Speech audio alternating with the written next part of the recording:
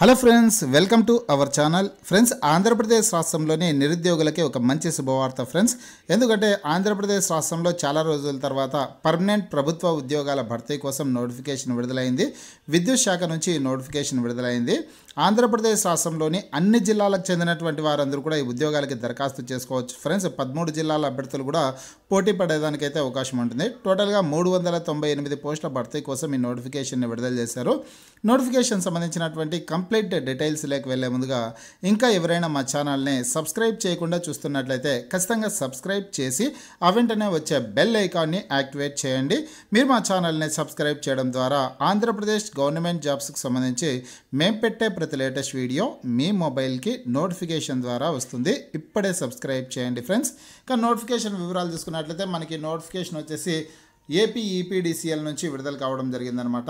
Andhra Pradesh eastern power distribution corporation limited నుంచి notification అయితే విడుదలైంది friends. Eastern power distribution company of Andhra Pradesh limited అనమాట. దీన్నే ఏపీ ఈపీడీసీఎల్ అనేసి కూడా అంటారు friends. AP EPDCL recruitment notification ఇది.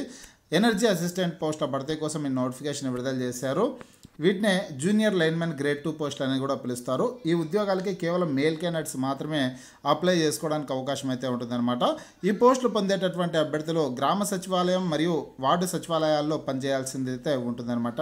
అంటే ఎక్కడికైతే పోస్టింగ్ వస్తుందో ఆ ప్రాంతంలో పనిచేయాల్సిన అవకాశం అయితే ఉంటుంది.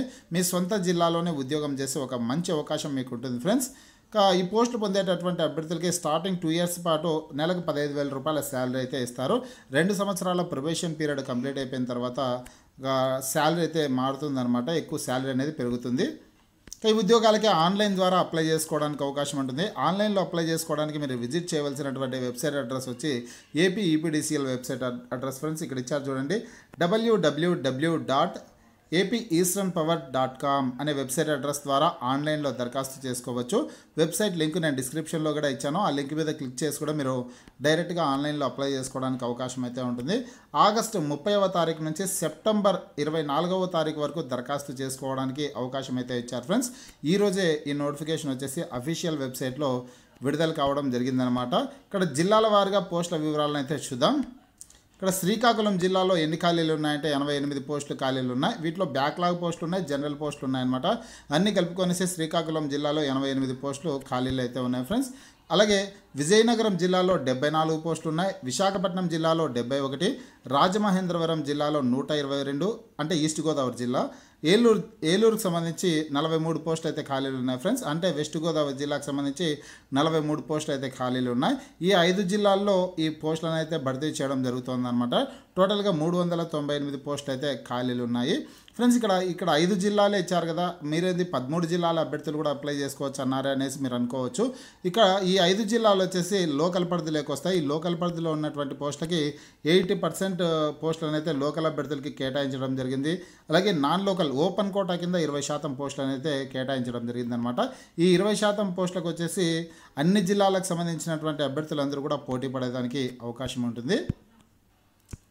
ఏజ్ చూసుకున్నట్లయితే ఇక్కడ ఇచ్చారు చూడండి, ఏజ్ వచ్చేసి 18 నుంచి 35 సంవత్సరాల లోపు ఉన్నటువంటి అభ్యర్థులు దరఖాస్తు చేసుకోవడానికి అవకాశం ఉంటుంది. ఏజ్లో రిలాక్సేషన్ కూడా ఉంటుంది ఫ్రెండ్స్. ఎస్సీ, ఎస్టీ, బీసీ అభ్యర్థులకి 5 సంవత్సరాల ఏజ్ రిలాక్సేషన్ అయితే ఇచ్చారు. అంటే ఎస్సీ, ఎస్టీ, బీసీ అభ్యర్థులు 18 నుంచి 40 సంవత్సరాల లోపు ఉన్నటువంటి వాళ్ళందరూ అప్లై చేసుకోవచ్చు. ఓసీ అభ్యర్థులు, ఈడబ్ల్యూఎస్ అభ్యర్థులు వచ్చేసి 18 నుంచి 35 సంవత్సరాల లోపు ఉన్నటువంటి వాళ్ళు దరఖాస్తు చేసుకోవడానికి అయితే అవకాశం ఉంటుందన్నమాట. క్వాలిఫికేషన్ డీటెయిల్స్ చూసుకున్నట్లయితే education qualification details energy assistant పోస్టులకు సంబంధించి 10th క్లాస్ పాస్ అయి ఉండాలి. 10th క్లాస్ పాస్ అయ్యండి. 2 years ITI electrical trade course complete అయినటువంటి వాళ్ళు అప్లై చేసుకోవచ్చు అనమాట. 2 సంవత్సరాల ITI electrical trade course complete అయినటువంటి వాళ్ళు అప్లై చేసుకోవచ్చు. లేదంటే కానీ 10th క్లాస్ కంప్లీట్ అయ్యండి. వైర్మెన్ ట్రేడ్ ఆ కోర్స్ కంప్లీట్ అయినటువంటి వాళ్ళు కూడా అప్లై చేసుకోవచ్చు అనమాట. అంటే ఐటీఐలో వైర్మెన్ ట్రేడ్ కోర్స్ కంప్లీట్ అయినటువంటి వాళ్ళు అప్లై చేసుకోవచ్చు. లేదంటే ఇంటర్మీడియట్ వొకేషనల్ కోర్స్ కంప్లీట్ అయినటువంటి వాళ్ళు అప్లై చేసుకోవచ్చు అనమాట. ఎలక్ట్రికల్ సంబంధించి ఇంటర్మీడియట్లో వొకేషనల్ కోర్స్ కంప్లీట్ అయినటువంటి అభ్యర్థులందరూ కూడా దరఖాస్తు చేసుకోవడానికి అవకాశం అయితే ఉంటుంది ఫ్రెండ్స్. ఇక్కడ చూసుకున్నట్లయితే ఇక్కడ పోస్టుల వివరాలు ఇచ్చారు చూడండి. ఎనర్జీ అసిస్టెంట్ పోస్టులకు సంబంధించి జూనియర్ లైన్మెన్ గ్రేడ్ 2కి సంబంధించి లోకల్ క్యాండిడేట్స్కి ఏమో 80% పోస్టులను రిజర్వ్ చేశారు. ఓపెన్ కాంపిటీషన్లో 20% పోస్టులు అయితే ఉన్నాయి ఫ్రెండ్స్. ఈ ఓపెన్ కాంపిటీషన్లో ఉన్నటువంటి 20% పోస్టులకి అన్ని జిల్లాలకు సంబంధించినటువంటి వాళ్ళందరూ కూడా పోటీ పడవచ్చు. ఇక్కడ హౌ టు అప్లై అనేసి ఇచ్చారు. ఇందాకే చెప్పినాను కదా నేను ఈ ఉద్యోగాలకి ఆన్లైన్లో అప్లై చేసుకోవడానికి అవకాశం ఉంటుందనేసి. వెబ్సైట్ అడ్రస్ వచ్చి www.apeasternpower.com అనే వెబ్సైట్ అడ్రస్ ద్వారా ఆన్లైన్లో అప్లై చేసుకోవచ్చు. ఆగస్టు 30 నుంచి సెప్టెంబర్ 24వ తారీఖు వరకు ఆన్లైన్లో దరఖాస్తు చేసుకోవడానికి అయితే అవకాశం ఉంటుంది. అప్లికేషన్ ఫీజు చూసుకున్నట్లయితే 700 రూపాయల అప్లికేషన్ ఫీజు చెల్లించాల్సి ఉంటుంది. ఈ 700 రూపాయల అప్లికేషన్ ఫీజు కూడా ఓసీ అభ్యర్థులు, ఓబీసీ అభ్యర్థులు మాత్రమే చెల్లించాలి. కానీ ఎస్సీ ఎస్టీ అభ్యర్థులు వచ్చేసి 350 రూపాయల అప్లికేషన్ ఫీజు అయితే చెల్లించేదానికి అవకాశం ఉంటుంది ఫ్రెండ్స్. ఇక్కడ ఈడబ్ల్యూఎస్ కోటా అయితే ఈ నోటిఫికేషన్కి అయితే ఇవ్వలేదు. కేవలం ఓసీ అభ్యర్థులు, ఓబీసీ, ఎస్సీ ఎస్టీ అభ్యర్థులు అనేసి ఇవ్వడం జరిగిందనమాట. ఈ విషయాన్ని ప్రతి ఒక్కరు గుర్తుంచుకోండి. ఈడబ్ల్యూఎస్ అనేది ఉండదు, కేవలం ఓసీనే ఉంటుంది. ఇది ఫ్రెండ్స్ మొత్తం ఫీజు డీటెయిల్స్ అయితే ఈ విధంగా ఉన్నాయి. అప్లికేషన్ దరఖాస్తు చేసుకునే విధానం అంతా ఇక్కడ నోటిఫికేషన్లో క్లియర్గా ఇచ్చారు. ఆ డీటెయిల్స్ అన్నీ మీరు చదువుకొనేసి అప్లై చేసుకోవచ్చు. సెలక్షన్ ప్రాసెస్ అయితే ఒకసారి చూద్దాం. సెలక్షన్ ప్రాసెస్ ఇచ్చారు చూడండి. సెలక్షన్ ప్రాసెస్ వచ్చేసి 10th క్లాస్ పాస్ అయ్యండి, ఐటీఐ ఎలక్ట్రికల్ ట్రేడ్ కంప్లీట్ అయినటువంటి అభ్యర్థులు, ఎలక్ట్రికల్ కానీ వైర్మెన్ ట్రేడ్ కానీ కంప్లీట్ అయినటువంటి వాళ్ళు వచ్చేసి ఎవరికైతే కంప్లీట్ అయి ఉంటుందో ఆ అభ్యర్థులకి రిటర్న్ ఎగ్జామినేషన్కి అయితే పిలుస్తారనమాట. రిటర్న్ ఎగ్జామినేషన్ అనేది టోటల్గా 80 మార్కులకి నిర్వహిస్తారు ఫ్రెండ్స్. 80 ప్రశ్నలు ఉంటాయి. మల్టిపుల్ చాయిస్ క్వశ్చన్స్ 80 క్వశ్చన్స్ అయితే ఉంటాయి. 80 ప్రశ్నలకు గాను ప్రతి ఒక్క ప్రశ్నకి 1 మార్కు చొప్పున 80 మార్కులకి క్వశ్చన్ పేపర్ అయితే ఉంటుంది. ఈ ఎగ్జామినేషన్లో క్వాలిఫై కావాలంటే ఓసీ అభ్యర్థులకి 40% మార్కులు రావాలి, బీసీ అభ్యర్థులకి 35, ఎస్సీ ఎస్టీ అభ్యర్థులకి ఎదిగిన 30% మార్కులు అయితే రావాల్సింది ఉంటుందన్నమాట. ఎవరైతే డిపార్ట్మెంట్లో ఏపీ ఈపీడీసీఎల్ పరిధిలో కాంట్రాక్ట్ వర్కర్స్గా కానీ అవుట్సోర్సింగ్ వర్కర్స్గా కానీ ఇన్ సర్వీస్ అభ్యర్థులు పనిచేస్తుంటారు కదా, ఆ అభ్యర్థులకి 20 మార్కులను అయితే వేటేజ్ రూపంలో ఇవ్వడం జరిగిందనమాట.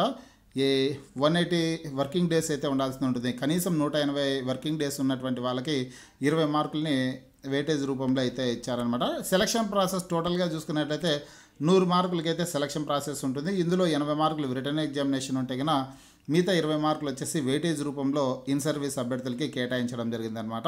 ఈ పద్ధతిలో టోటల్ చేసుకుంటే కన్నా ఎవరికైతే అధిక మార్కులు వస్తాయో ఆ అభ్యర్థులకి పోస్టింగ్ అయితే ఇస్తారు ఫ్రెండ్స్. ఇంకా ఈ రిటర్న్ ఎగ్జామినేషన్లో క్వాలిఫై అయినటువంటి అభ్యర్థులకి పార్ట్ బి విభాగంలో పోల్ క్లైంబింగ్ అయితే ఉంటుందన్నమాట.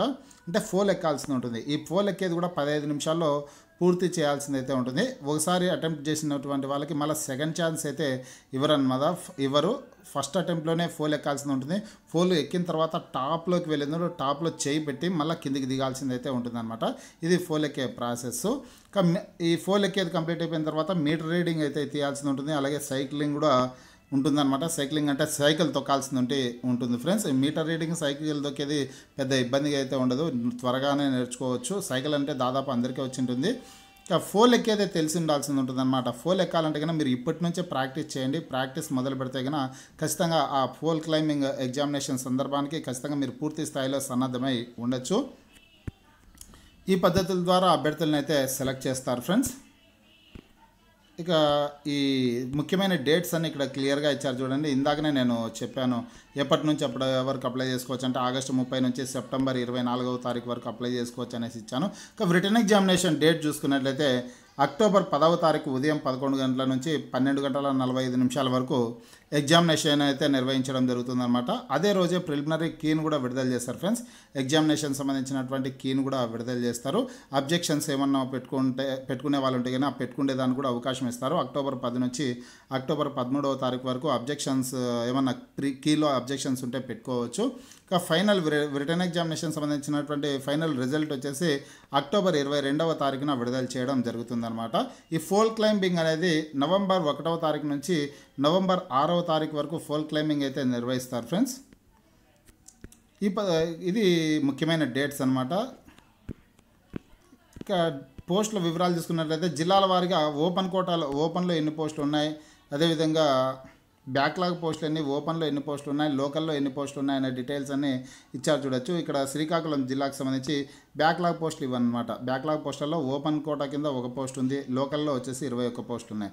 తర్వాత జనరల్గా ఉన్నటువంటి పోస్టులకి శ్రీకాకుళం జిల్లాలో ఓపెన్లో వచ్చేసి 13 పోస్టులు ఉన్నాయి ఫ్రెండ్స్. ఈ 13 పోస్టులకి అన్ని జిల్లాల వాళ్ళ కూడా పోటీ పడవచ్చు. లోకల్కు వచ్చిందని లోకల్లో 53 పోస్టులు అయితే ఉన్నాయన్నమాట. ఈ 13 పోస్టులకి అన్ని జిల్లాల వాళ్ళు అంటే కన్నా లోకల్ అభ్యర్థులు కూడా పోటీ పడవచ్చు, నాన్ లోకల్ అభ్యర్థులు పోటీ పడవచ్చు అనమాట. ఈ లోకల్ కోటా కింద ఉన్నటువంటి పోస్టులకు మాత్రం ఆ జిల్లాకు మాత్రం సంబంధించినటువంటి వాళ్ళు మాత్రమే అప్లై చేసుకోవాల్సి ఉంటుంది. శ్రీకాకుళం జిల్లాకు సంబంధించి, విజయనగరం జిల్లాకు సంబంధించి, విశాఖపట్నం, అదేవిధంగా ఈస్ట్ గోదావరి, వెస్ట్ గోదావరి జిల్లాకు సంబంధించినటువంటి అన్ని పోస్టుల వివరాలన్నీ క్లియర్గా ఇచ్చారు. ఓపెన్లో ఎన్ని పోస్టులు ఉన్నాయి, లోకల్లో ఎన్ని పోస్టులు ఉన్నాయనే డీటెయిల్స్ అన్ని ఇచ్చారు. ఆ డీటెయిల్స్ అన్ని కూడా మీరు చెక్ చేసుకోవచ్చు. సిలబస్ డీటెయిల్స్ చూసుకున్నట్లయితే రిటర్న్ ఎగ్జామినేషన్ సంబంధించినటువంటి సిలబస్ వివరాలు ఇక్కడైతే ఇచ్చారు ఫ్రెండ్స్. ఐటీఐ ఎలక్ట్రికల్ ట్రేడ్కి సంబంధించి ప్రశ్నలు అయితే సబ్జెక్ట్ అయితే ఇది ఉంటుందన్నమాట.